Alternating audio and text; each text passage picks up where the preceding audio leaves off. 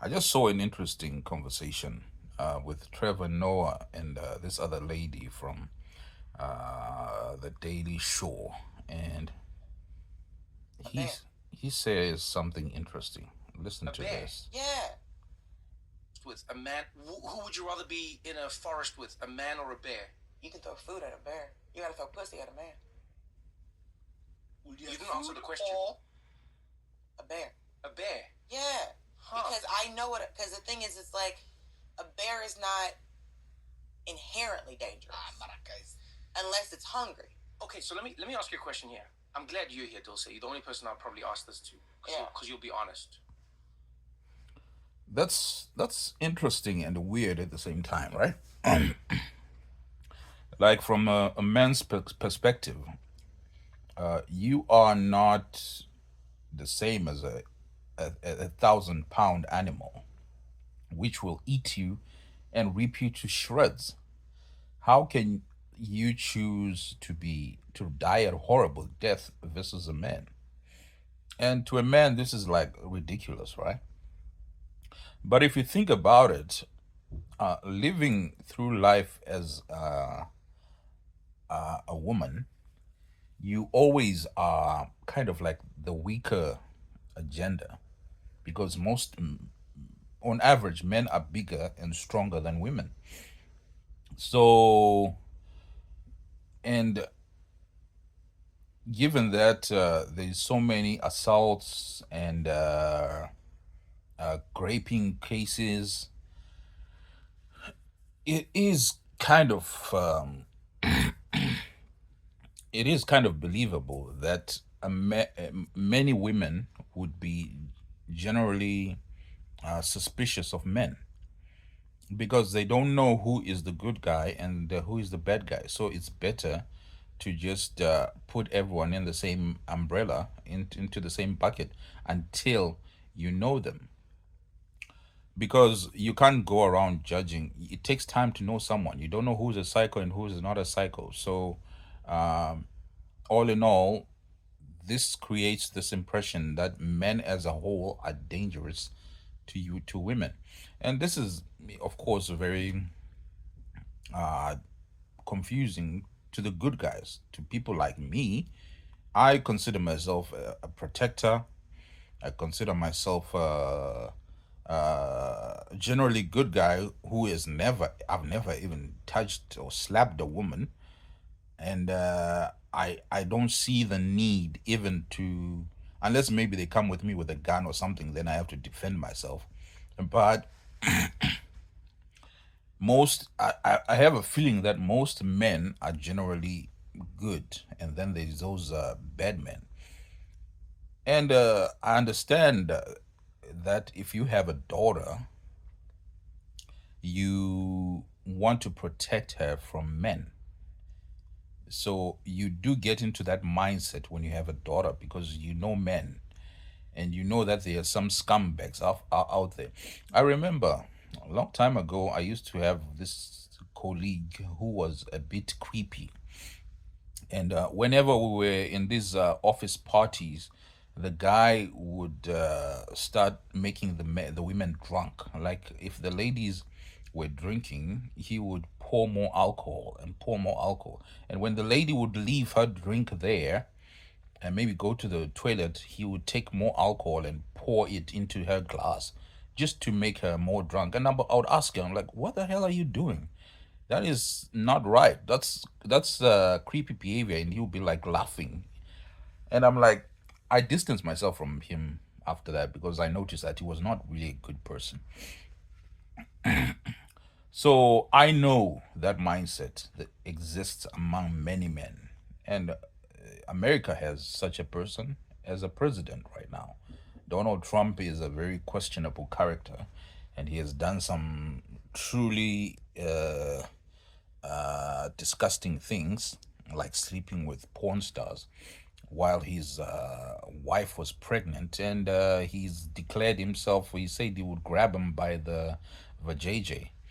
So there's people like that, and I understand that mentality. And of course, as someone who does not do that, it feels unfair to be grouped. to be placed in the same bucket with people who do disgusting things.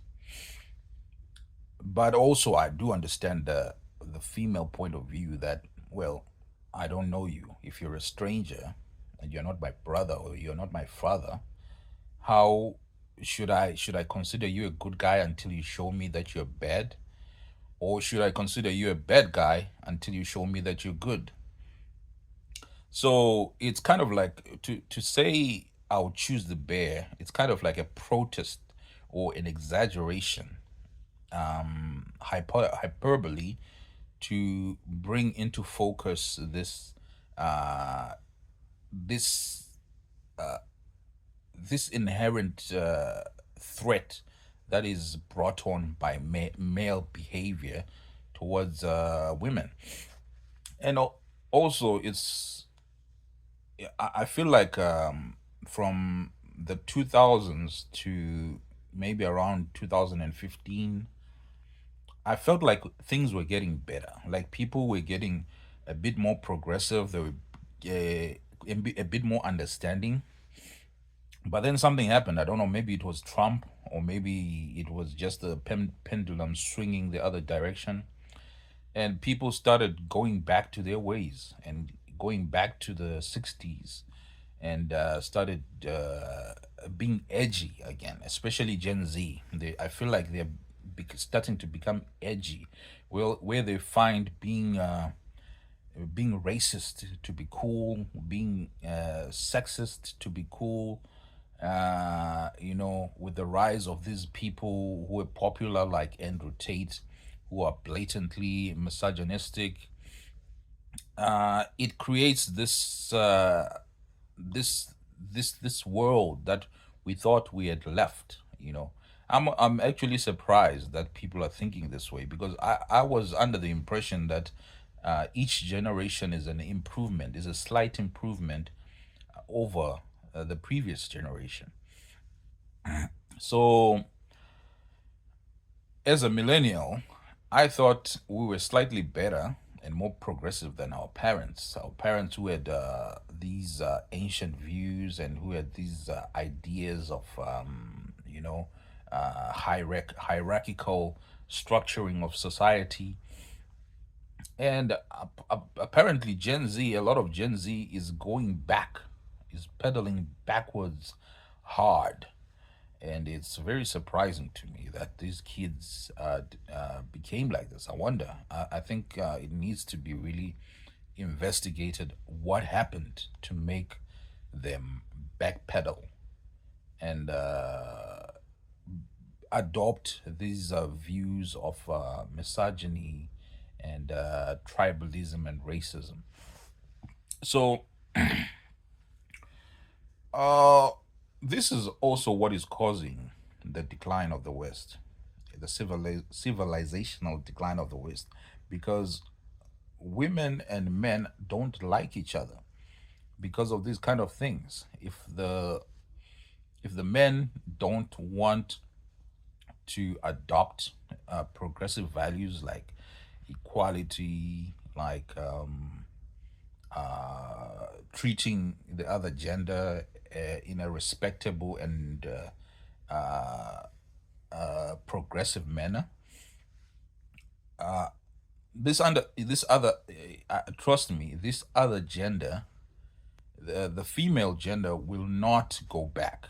They've experienced what it is like to have the vote.